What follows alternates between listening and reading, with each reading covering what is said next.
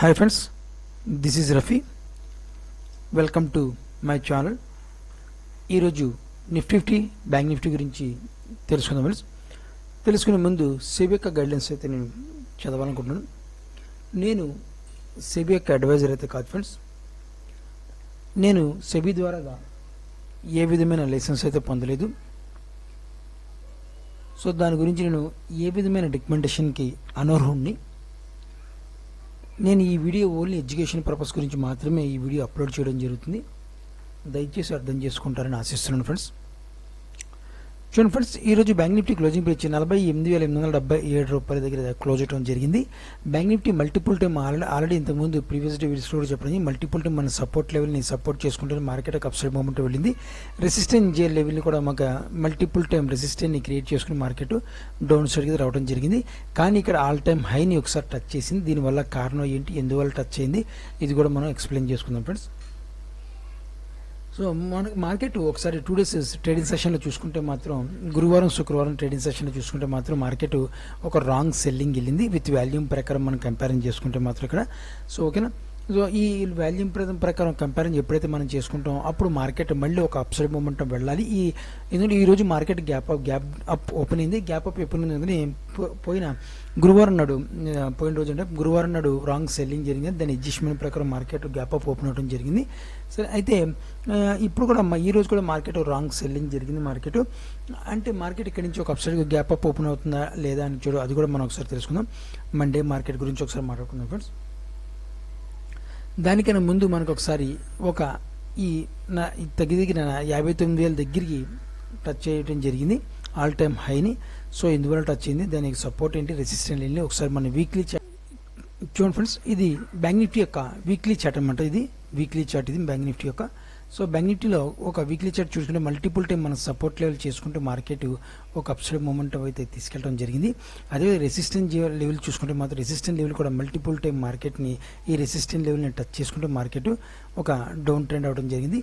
రీసెంట్గా all time హైని market touch అవ్వడం జరిగింది.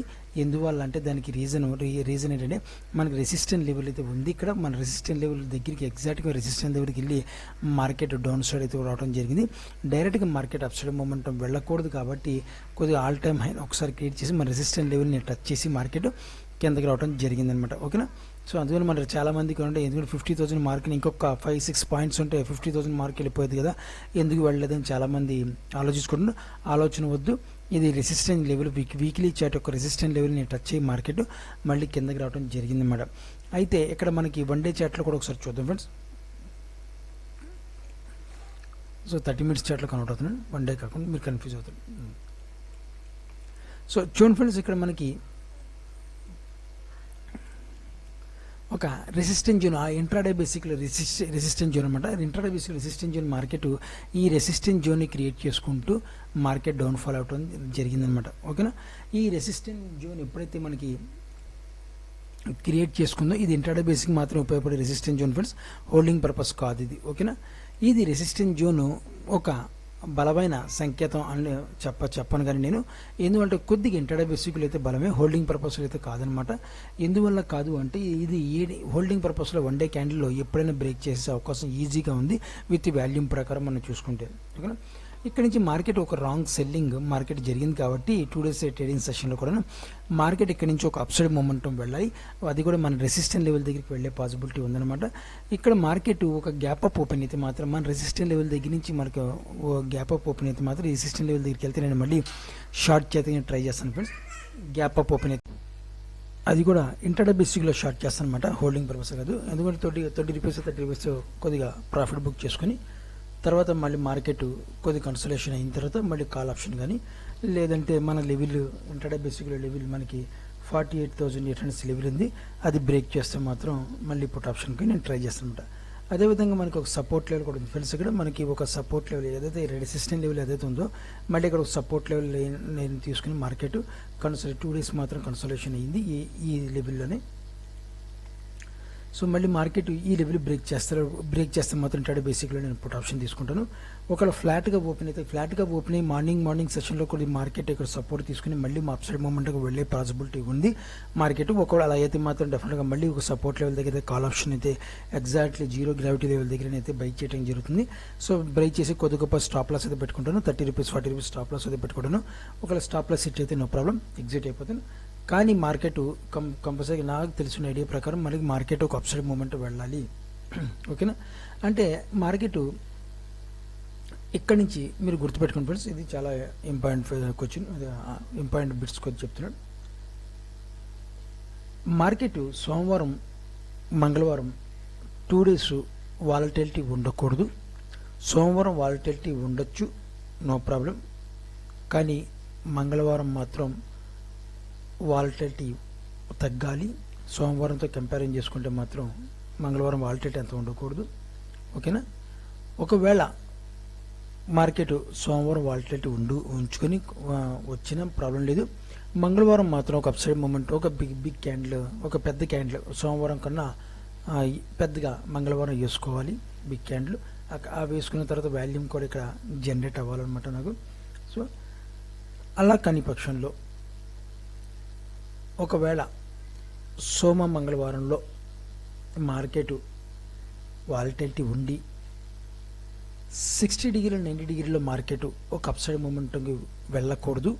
ఒకవేళ వెళితే బుధవారం కానీ గురువారం కానీ ఒక సెల్లింగ్ ప్రెజర్ బిగ్ క్యాండిల్ వచ్చే అవకాశం పాసిబిలిటీ ఉంది. ఇది ముందుగా చెప్తున్నాను. న్యూస్ ఏదైనా కానివ్వండి, మనకు అనవసరం. న్యూస్ ఏదైనా కావచ్చు, మార్కెట్లో ఇవాళ ఉంటుంది న్యూస్, 1 గంట ఉంటుంది, లేదా 1 పూట ఉంటుంది, 2 పూటలు ఉంటుంది. కానీ మనకి కంటిన్యూగా మార్కెట్ వాల్యూమ్ అనాలిసిస్ ప్రకారం మార్కెట్ వెళ్ళుద్ది. మనకి వాల్యూమ్ వచ్చిన తర్వాతే మార్కెట్లో అప్ సైడ్ కానీ డౌన్ సైడ్ కానీ మనం పొజిషన్ని తీసుకుంటూ ఉంటాం. ఓకేనా, సో ఐ హోప్ నేను ఈ పాయింట్ మీకు అర్థమైందని చెప్పి అనుకుంటున్నాను. మార్కెట్లో ఒకవేళ వాలటిలిటీతో మార్కెట్ ఒక అప్ సైడ్ మూమెంట్ వెళితే సోమవారం పర్లేదు. తర్వాత మంగళవారం మాత్రం ఒక బిగ్ క్యాండిల్, దీనికన్నా సోమవారం నాడు కన్నా మంగళవారం కొద్ది బిగ్ క్యాండిల్ రావాలి. వస్తే అప్పుడు నేను మళ్ళీ మన ఆల్ టైమ్ హైని 50,000 మార్క్ మనం టచ్ అవ్వలేదు అనుకుంటాం కదా, ఏదైతే 50,000 మార్క్ మనం 50,000 మార్క్ని టచ్ అయ్యే పాసిబిలిటీ ఎక్కువగా ఉంది. ఓకేనా, అది సోమవారం మంగళవారం యొక్క అనాలిసిస్ ఫ్రెండ్స్. ఇది అలా కాకుండా మార్కెట్ డైరెక్ట్ ఒక సెల్లింగ్ వస్తే మనం డెఫినెట్గా మార్కెట్లో ఒక సపోర్ట్ లెవెల్ ఉంది ఫ్రెండ్స్. అది కూడా ఒకసారి చెప్తాను మీకు. నేను 1 day చార్ట్లో కన్వర్ట్ అవుతున్నాను. సో చూడండి ఫ్రెండ్స్, మనకి ఇది కన్ఫ్యూజ్ అవుతారు, మీకు ఇది అన్నీ తీసేస్తాను. ఇది వీక్లీ అనమాట, ఇందాక చెప్పాను కదా, ఇది కూడా తీసేస్తాను మీకు. ఇక్కడ మనకి 1 day చార్ట్లో చూసుకుంటే మాత్రం మనకి ఒక సపోర్ట్ లెవెల్, ఈ లెవెల్ దగ్గర నుంచి అయితే మార్కెట్ ఒక సపోర్ట్ లెవెల్ ఉన్నది. మార్కెట్ రేపు సోమవారం డౌన్ ట్రెండ్కి వచ్చేసి ఒకవేళ హెల్దీ కరెక్షన్ వైపు వెళ్ళాలి అంటే, మార్కెట్ మళ్ళీ ఆల్ టైమ్ హైని టచ్ అవ్వాలి అంటే మాత్రం మార్కెట్ మళ్ళీ మనకి ఈ సపోర్ట్ లెవెల్ అయితే ఏదైతే ఉందో ఈ ఎగ్జాక్ట్గా ఈ లెవెల్ దగ్గర నుంచి మార్కెట్ చూడండి, ఇది ఇంతకుముందు కూడా ఈ లెవెల్ దగ్గర నుంచి కూడా మల్టిపుల్ టైం సపోర్ట్ తీసుకుని ఒక రెసిస్టెంట్ లెవెల్ ఫేస్ చేసి డౌన్ సైడ్ వచ్చి మళ్ళీ ఇది బ్రేక్ చేయడం జరిగిందనమాట. బ్రేక్ చేసినప్పుడు కొద్ది వాల్యూమ్ అయితే మనకి ఇక్కడ చూసుకోవచ్చు, కింద వాల్యూమ్ కూడా మనకి బాగానే బ్రేక్ చేసింది అనమాట ఈ లెవెల్ని. సో దాని గురించి మనకి ఇక్కడ సపోర్ట్గా మారే అవకాశం ఎక్కువగా ఉందని చెప్పి నేనైతే ఎక్స్పెక్ట్ చేస్తున్నాను మార్కెట్. ఓకే, ఈ లెవెల్ దగ్గర నుంచి ఒక సపోర్ట్ లెవెల్ దొరకాలి మార్కెట్కి. ఒకవేళ సోమవారం నాడు మార్కెట్ డౌన్ ట్రెండ్ అయిపోతే మరీ మంచిది. డౌన్ ట్రెండ్ అయ్యి మార్కెట్ డౌన్కి వచ్చేసి మన లెవెల్ని సపోర్ట్ తీసుకుని మార్కెట్ మళ్ళీ ఒక అప్సైడ్ మొమెంటం వెళ్తే మాత్రం డెఫినెట్గా మార్కెట్ మళ్ళీ మనకి ఆల్ టైమ్ హైని 50,000 మార్క్ని కంప్లీట్ చేసుకుంటుంది బ్యాంక్ నిఫ్టీ అని చెప్పి నేనైతే ఎక్స్పెక్ట్ చేస్తున్నాను. గతంలో కూడా మీకు 50,000 మార్కు వెళ్తుందని కూడా మీకు చెప్పడం జరిగింది. కానీ ఇక్కడి నుంచి వెళ్ళే ప్రక్రియ కరెక్ట్ కాదనమాట. అందుకని మార్కెట్ కొద్దిగా సెల్లింగ్ ప్రెజర్ వచ్చింది ఆ లెవెల్కి వచ్చేటికి. అయినా సరే మనకి రెసిస్టెంట్ లెవెల్ కూడా ఉంది. So no problem friends, resistant level దగ్గర నుంచి మార్కెట్ డౌన్ కూడా అయింది అనమాట. నో ప్రాబ్లం, హెల్దీ కరెక్షన్ వైపు మార్కెట్ వస్తే మాత్రం డెఫినెట్గా మార్కెట్ మళ్ళీ ఆల్ టైమ్ హైని టచ్ చేస్తే తర్వాత ఈ రెసిస్టెంట్ లెవెల్ ఇంతకుముందు మనకి ఈ రెసిస్టెంట్ లెవెల్ 100% రెసిస్టెంట్ లెవెల్ ఏదైతే ఉందో మొన్న ఈ లెవెల్ బ్రేక్ చేసినప్పుడు ఇక్కడ వాల్యూమ్ని మనం జనరేట్ చేసుకుంటే మాత్రం దీన్ని 28% అయితే బ్రేక్ చేసింది అనమాట. అంటే 28-30% కూడా ఈ లెవెల్ని బ్రేక్ చేసింది. ప్రజెంట్ ఇది 70% స్ట్రాంగ్నెస్గా ఉంది, 30% మాత్రం వీక్నెస్ క్రియేట్ చేసుకుంది రెసిస్టెంట్ లెవెల్. ఓకేనా, సో ఇది ఆల్ టైమ్ హైలీ వెళ్తున్నప్పుడు మళ్ళీ మార్కెట్ ఒక హిట్ అండ్ షార్ట్ పద్ధతి వరకు వెళ్ళి పాసిబిలిటీ ఉంది. లేదంటే ఒక వాల్యూ మంచి వాల్యూమ్ వచ్చి ఈ లెవెల్ని బ్రేక్ చేయాల్సి వస్తుంది. బ్రేక్ చేస్తే మాత్రం డెఫినెట్గా మళ్ళీ మార్కెట్ ఆల్ టైమ్ హైని టచ్ చేసుకుంటే మార్కెట్ అప్ సైడ్ మూమెంట్కి వెళ్ళే పాసిబిలిటీ ఎక్కువగా ఉంది. అది కూడా ఎప్పుడంటే మనకి ఈ లెవెల్ దగ్గరికి వచ్చేటికి ఒక పర్టికులర్ వాల్యూమ్ జనరేట్ చేసుకోవాలి. రెండోది అంటే మన సపోర్ట్ లెవెల్గా మనకి సినారియో కాబట్టి ఈ లెవెల్ దగ్గర చూడండి మనకి సపోర్ట్ లెవెల్ దగ్గర రెసిస్టెంట్ లెవెల్ దగ్గర వచ్చినప్పుడు మార్కెట్ ఒక డిఫరెంట్ టైప్ ఆఫ్ లో బిహేవ్ చేస్తుందన్నమాట. అది మనం క్యాప్చర్ చేయాలన్నమాట. అంతే తప్ప డైరెక్ట్గా వచ్చేసేది అనమాట. ఒకవేళ ఎప్పుడైనా సెల్లింగ్ ప్రెజర్ ఎక్కువైంది మనకి మళ్ళీ ఒక అప్సైడ్ మూమెంటం వెళ్ళిపోద్ది ఈ లెవెల్ దగ్గర నుంచి. ఎందుకంటే మనకి సపోర్ట్ లెవెల్ దగ్గర రెసిస్టెంట్ లెవెల్ దగ్గర పర్టికులర్ వాల్యూమ్ జనరేట్ అవ్వాలా, జనరేట్ అయితేనే మనకి కన్సల్ట్ చేసుకుంటాం. లేదంటే మాత్రం అది మనకి కన్సల్ట్ చేసుకోవాలన్నమాట. ఓకేనా, మనం కన్సల్ట్ చేసుకున్నప్పుడు మాత్రం కంపల్సరీగా వాల్యూమ్ అయితే కంపల్సరీ చూసుకోవాల్సి వస్తుంది. చూసుకుంటే మనకి మూమెంట్ అనేది మనం క్యాప్చర్ చేస్తాం. తర్వాత మనకి ఎన్ని రోజులు హోల్డింగ్ చేయాలా కూడా ఒక ఐడియా వస్తుంది అన్నమాట మనకి. సో ఈ రకంగా అయితే మనకి బ్యాంక్ నిఫ్టీ యొక్క సపోర్ట్ అండ్ రెసిస్టెంట్ లెవెల్స్ ఇది రకమైన ఫ్రెండ్స్. ఇప్పుడు ఒకసారి నిఫ్టీ ఒకసారి చూద్దాం ఫ్రెండ్స్. నిఫ్టీ చూడండి ఫ్రెండ్స్, నిఫ్టీ 22,475 దగ్గర అయితే క్లోజ్ చేయడం జరిగింది నిఫ్టీ. సో నిఫ్టీ ఒక బ్యాలెన్స్ డౌన్ సైడ్కి బ్యాలెన్స్ అయితే ఉంది, మార్కెట్ రావాల్సిన పాసిబిలిటీ ఉంది నిఫ్టీకి. మన ఆల్రెడీ రెసిస్టెంట్ లెవెల్ చాలా స్ట్రాంగ్ రెసిస్టెంట్ లెవెల్ కూడా మీకు గతంలో కూడా ప్రీవియస్ డే వీడియోస్ కూడా చెప్పడం జరిగింది. ఎందుకంటే వాల్యూమ్ మనకు అలాంటి వాల్యూమ్ని క్రియేట్ చేసుకుని రెసిస్టెంట్ లెవెల్ దగ్గర నుంచి మార్కెట్ డౌన్ సైడ్కి వచ్చి రావడం జరిగిందన్నమాట. సో ఎప్పుడైతే మార్కెట్ డౌన్ సైడ్కి వచ్చిందో ఈ రెసిస్టెంట్ లెవెల్ మాత్రం స్ట్రాంగ్గా సపోర్ట్ లెవెల్ కొద్దిగా వీక్గా కన్వర్ట్ అయ్యే అవకాశం ఎక్కువగా ఉంటుంది అన్నమాట. సో అయితే మార్కెట్ మనకి డౌన్ సైడ్ రావాలి కాబట్టి వస్తే మన పాసిబిలిటీ వస్తే మాత్రం డెఫినెట్గా మార్కెట్ ఈ లెవెల్ దగ్గర నుంచి ఒక సపోర్ట్ అయితే మనకి ఈ లెవెల్ దగ్గర నుంచి ఒక సపోర్ట్ దొరకాలి. మల్టిపుల్ టైం ఈ లెవెల్ దగ్గర నుంచి కన్సిడర్ చేసుకుని మార్కెట్ ఇంటర్డే బేసిక్లో ఈ లెవెల్ మాత్రం ఇంటర్డే బేసిక్ ఈ సపోర్ట్ లెవెల్ని అంటే మనకి ఒకసారి హోల్డ్ అని చేయాలి. మార్కెట్ వన్ డే అయినా హోల్డ్ అవ్వాలి ఈ లెవెల్ దగ్గరికి వచ్చాడు. ఎందుకంటే వాల్యూమ్ ఇక్కడ చూసుకుంటే మాత్రం కంపల్సరీగా ఇలాంటి వాల్యూమ్ని మనకి ఇక్కడ కింద కూడా జనరేట్ చేసుకుంది మార్కెట్. సో ఇలాంటి వాల్యూమ్ జనరేట్ చేసుకున్నప్పుడు మార్కెట్ డెఫినెట్గా మార్కెట్ మన లెవెల్ దగ్గర ఏదైతే సపోర్ట్ లెవెల్ అయితే చెప్పడం జరిగిందో ఈ లెవెల్ దగ్గర అయితే కంపల్సరీగా ఒక వన్ డే అయినా హోల్డ్ అవ్వాలి మార్కెట్. ఓకేనా, అలా కాకుండా టెక్నికల్ అనాలిసిస్ రూల్స్ లేక రెగ్యులేషన్స్ పాటించకుండా డైరెక్ట్ సెల్లింగ్ చేస్తే మాత్రం డెఫినెట్గా మళ్ళీ మార్కెట్ మన లెవెల్ దగ్గర నుంచి సపోర్ట్ తీసుకోవాలి. అంత పాసిబిలిటీ రాదు ఎప్పుడైనా ఏదైనా బ్యాడ్ న్యూస్ వస్తే. ఓకేనా, ప్రజెంట్ అయితే వరల్డ్ న్యూస్ కూడా అంత కామ్గానే ఉంది కాబట్టి ప్రజెంట్ ఇరాన్ ఇజ్రాయెల్ యుద్ధం కూడా అంతంత మాత్రంగా ఉంది కాబట్టి ప్రజెంట్ మార్కెట్లో భయాలు అంతంత లేవు. ఎఫ్ఐఎల్ మాత్రం కంటిన్యూస్గా రోజు కొద్ది గొప్ప ప్రాఫిట్ బుక్ చేయడం జరుగుతుంది. వాళ్ళు కూడా ఎంటర్ అవుతారు రానున్న రోజుల్లో.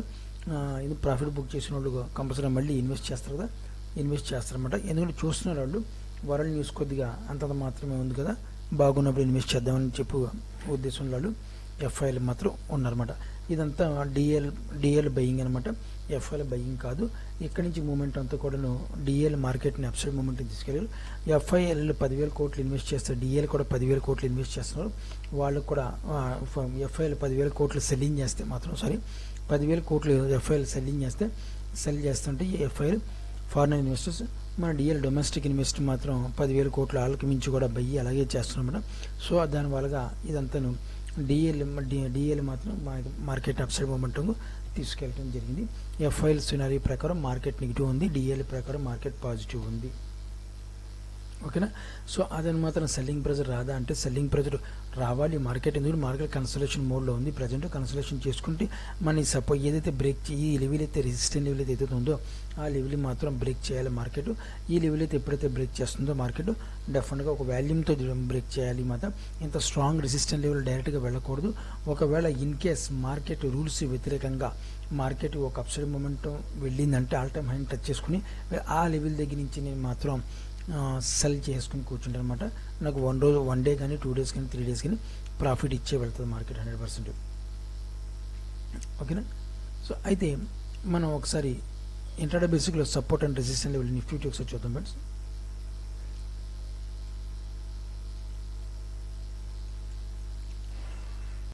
సో చూడండి ఫ్రెండ్స్, ఇక్కడ ఇది ఇంట్రాడే బేసిక్లో చూడమండి 30 మినిట్స్ క్యాండిల్, ఇది కాల్ దగ్గర చూసుకోవచ్చు.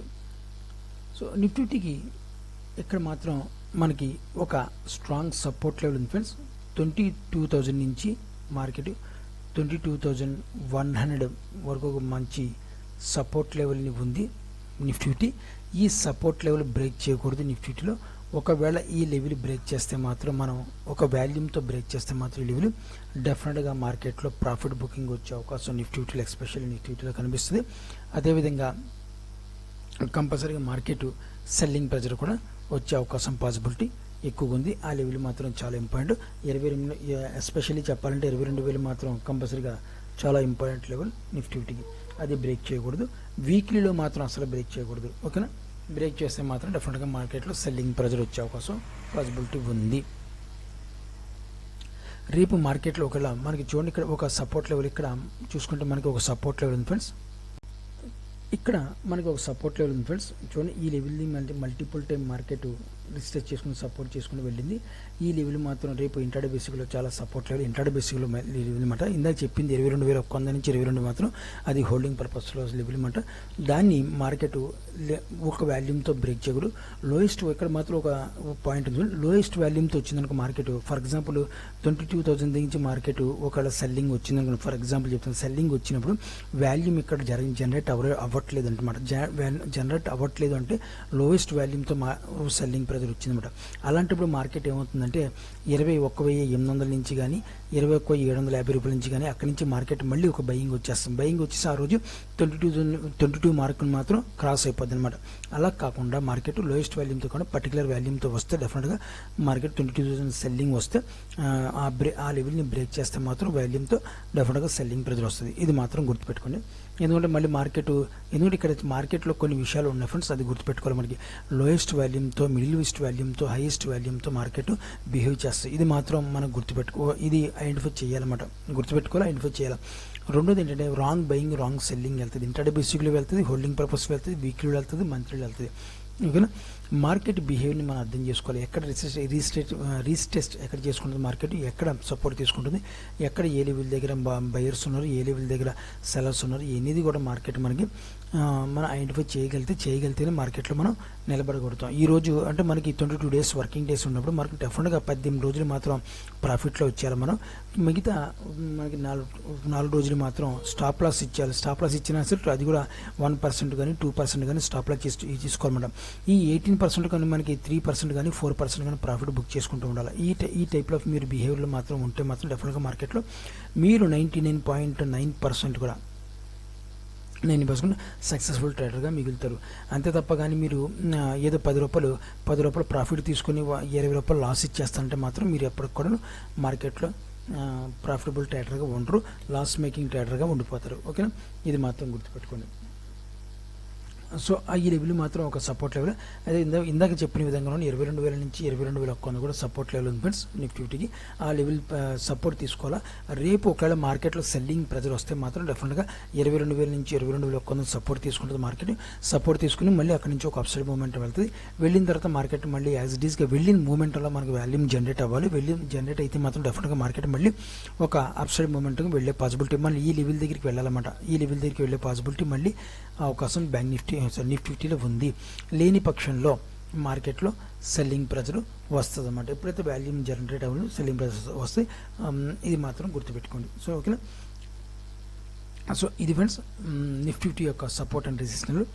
మీరు కూడా ఆప్షన్లో ట్రేడ్ చేసే వాళ్ళైతే జాగ్రత్తగా ట్రేడ్ చేస్తారని ఆశిస్తున్నాను. నా వీడియో వాచ్ చేసిన thank you friends. Thank you very much.